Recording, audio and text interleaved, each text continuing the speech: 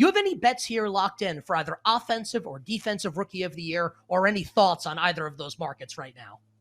Yeah, I would very much expect that the defensive rookie of the year is a market you can make a somewhat confident bet on, whereas offensive rookie of the year to me feels like a total gamble.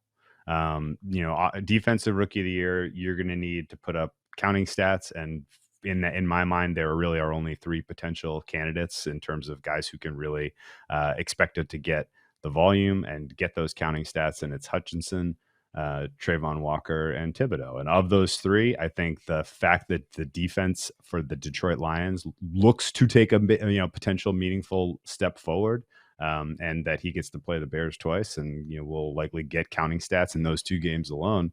I think he's got the inside track to kind of separating himself from the other two folks there.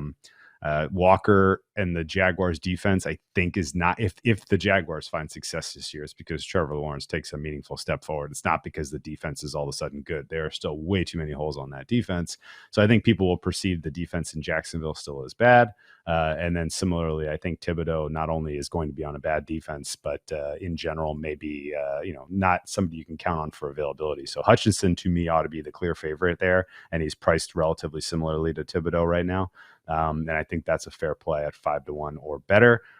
Offensive rookie of the year, I mean, you got to love what you've seen and heard. And in general, the situation that exists for George Pickens.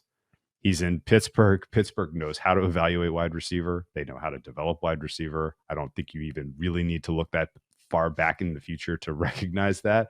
And the fact that he's basically getting, he's not taking snaps with the special teams. They intend to utilize that guy this season, and he's already performing well and has chemistry with the guy who's going to start. So he has potential to break out as wide receiver one, but the price reflects that now at 10-1.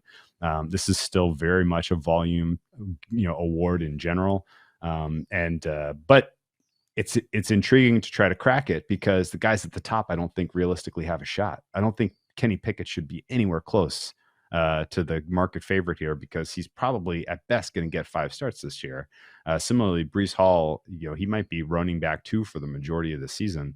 Depending on, he may be running back 3 even. I mean, it's tough to say what his role ultimately looks like. Similarly, Drake London is going to be in a bad offense that may even not elect to throw the ball if they're behind by a bunch late, because they just want to kind of, get out of games healthy. And so, the fact that the top of the board is so soft makes that market intriguing to try to beat it. But, I look at it as a gamble because I just can't tell you who's ultimately going to get the volume out of the wide receiver crew.